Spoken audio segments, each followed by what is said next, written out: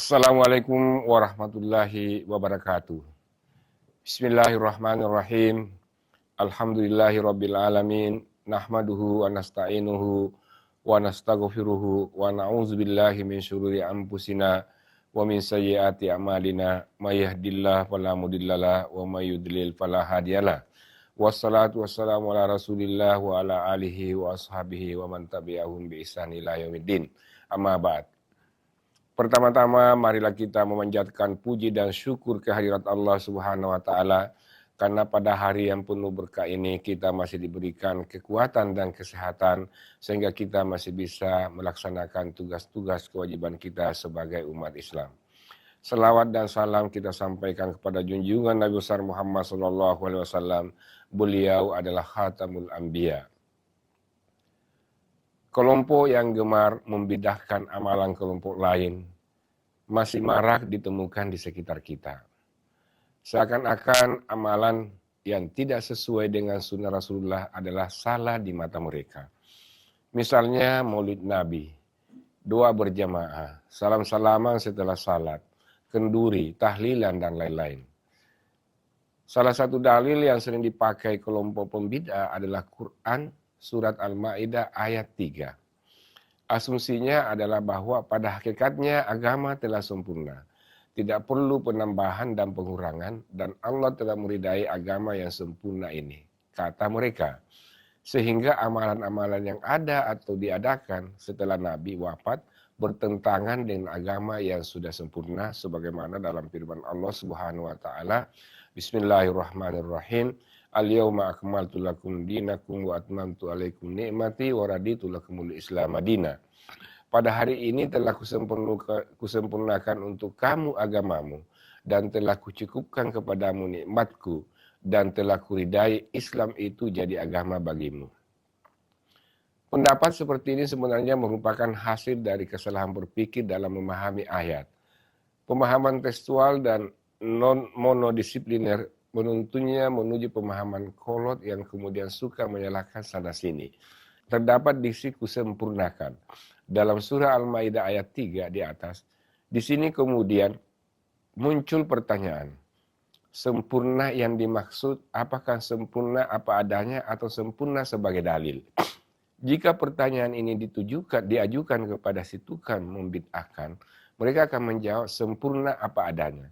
Artinya setelah turun ayat ini, sempurna dan final sudah ada agama Islam. Segala amalan yang tidak berdasar Al-Quran dan Sunnah setelah ayat ini turun akan otomatis mendapatkan konsekuensi sebagai mengada-ada alias bid'ah. Padahal pasca Nabi Muhammad SAW wafat, Aisyah, Abu Bakar, Umar, Utsman, dan para sahabat lainnya banyak diceritakan melakukan ijtihad agama dalam memutuskan sesuatu dan bertindak. Jika merunut pada asumsi sempurna apa adanya, apakah para sahabat ini bisa dikatakan menambah kesempurnaan yang telah Allah Subhanahu wa taala putuskan? Oleh karena itu, sempurna yang dimaksud adalah sempurna sebagai dalil, bukan sempurna apa adanya. Pokok isi Al-Quran adalah ayat muhkamat. Salah satu dalilnya adalah untuk taat kepada Allah dan taat kepada Rasul-Nya.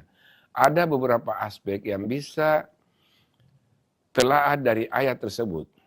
Pertama, jika hari itu saat turunnya ayat tersebut Allah telah sempurnakan agama Islam, lalu apakah ketika ada ayat lain yang turun setelah ayat tersebut Islam berarti belum sempurna?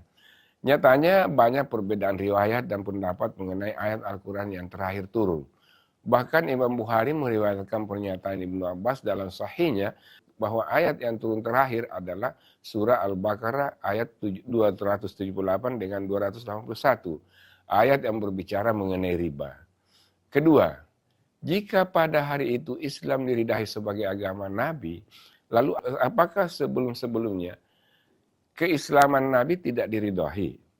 Kesalahan berpikir tersebut muncul karena hanya mengambil yang tertera di kulis saja, yang tekstual dan langsung ditelan begitu saja. Pada kenyataannya sumber utama beragama Islam adalah Al-Quran dan hadis. Sedangkan setelah ayat ini turun, Rasulullah masih hidup beberapa tahun dan mengerjakan sunnah-sunnah baru. Bahkan dalam salah satu sabdanya, beliau bersabda bahwa kita diperintahkan untuk mengikuti sunnah sahabat sepeninggal Nabi. Hal ini tentu bertentangan dengan legitimasi pembid'ahan berdasar ayat surat Al-Maidah ayat 3 tadi. Perlu diingat, zaman sahabat, tabi'in, dan tabi'in banyak menciptakan amalan-amalan baru yang tentu tidak ditemukan ketika Rasulullah masih hidup. Umar bin Khattab misalnya, mengumpulkan semua umat Islam untuk mendirikan salat tarawih. Hal yang tidak pernah dilakukan pada zaman Nabi. Umar bahkan berkata sebaik-baiknya bid'ah adalah ini. Utsman bin Affan menambah azan untuk hari Jumat menjadi 2 kali. Imam Bukhari meriwayatkan kisah tersebut bahwa penambahan azan tersebut untuk menjangkau umat Islam yang semakin banyak. Tentu kita tidak mungkin menghakimi Umar bin Khattab dan Utsman bin Affan sesat karena melakukan hal yang tidak diajarkan ketika Nabi hidup. Hal itu menunjukkan bahwa argumen setiap perbuatan yang tidak dicontohkan Nabi adalah bid'ah, seperti yang dituduhkan sebuah kelompok pada kelompok lainnya, justru tidak sesuai dengan sunnah Rasulullah SAW sendiri. Kita hanya dilarang menambah-nambah ibadah yang masuk dalam ranah ibadah mahza, sedangkan dalam konteks ibadah muamalah, kita boleh menyesuaikan dengan konteks zaman di mana kita hidup, tetapi tetap merujuk pada koridor nilai-nilai Islam yang diajarkan oleh Rasulullah Sallallahu Alaihi Wasallam. Usikum wa ya bitaqwallah. Wassalamualaikum warahmatullahi wabarakatuh.